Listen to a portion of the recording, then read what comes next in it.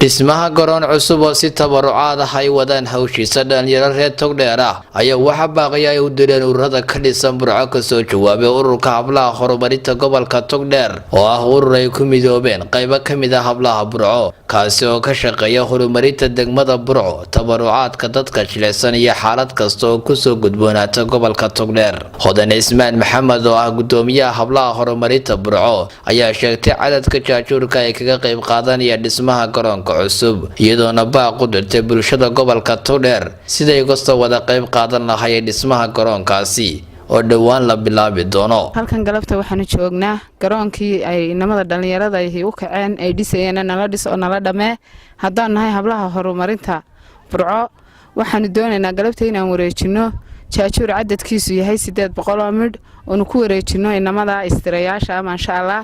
ee u kacay garoonka haddii garoon la helo waxay ka qayb qaadataa bulshadu waa inay u caafimaad qabtaa mentally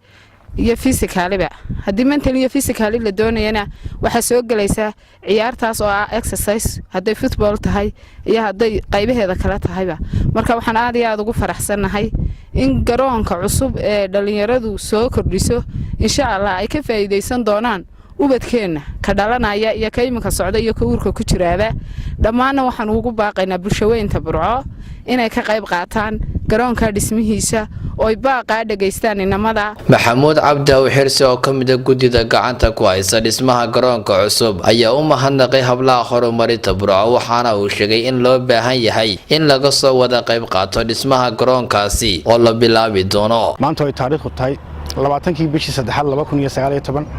waxa si sharaf iyo maqaam sare uga soo jawaabay baaqi aan u dirnay ee ahaa nala dhame hablaha horumarinta Burco waxaan leenahay marka koobaad anoo ku hadlaya afka gudida garoonka dhismaha cusub inay waa mahadsantihiin sharaf iyo karaama aan idin haynaa in sida wacan ay ugu soo jawaabteen baaqa aan soo gaarsiinay ee ahaa nala dhame dhammaan bulshada gobolka Togdheer waxaan leeyahay ururkaas oo kale inay nala garab taagnaada hiil iyo hoo iyo taliya tusaalaba inay waxaan leeyahay hablahan horumarinta Burco waa hablo mar walba ku dhiiran inay dardar galiyaan arimaha bulshada bilicda inay wixii gobol u baahnaa ama wixii bulsho u baahnaydba ka shaqeeyo u kaco hirgala waxaan leenahay haddaan nahay ururka u kacay garoonka waa mahadsantihiin waan idin ognahay waan midaan mar walba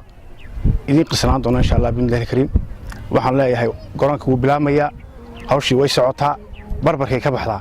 waa bakay la qaleen ururka hablaha horumarinta Burco ayaa ah urur ay ku midoobeen qaar ka mid ah hablaha Burco kaasi oo had iyo jeer u taagan sida ay uga qayb qaadan lahaayeen horumarinta degmada Burco Cabdilaahi Maxamuud Muuse Xudayfi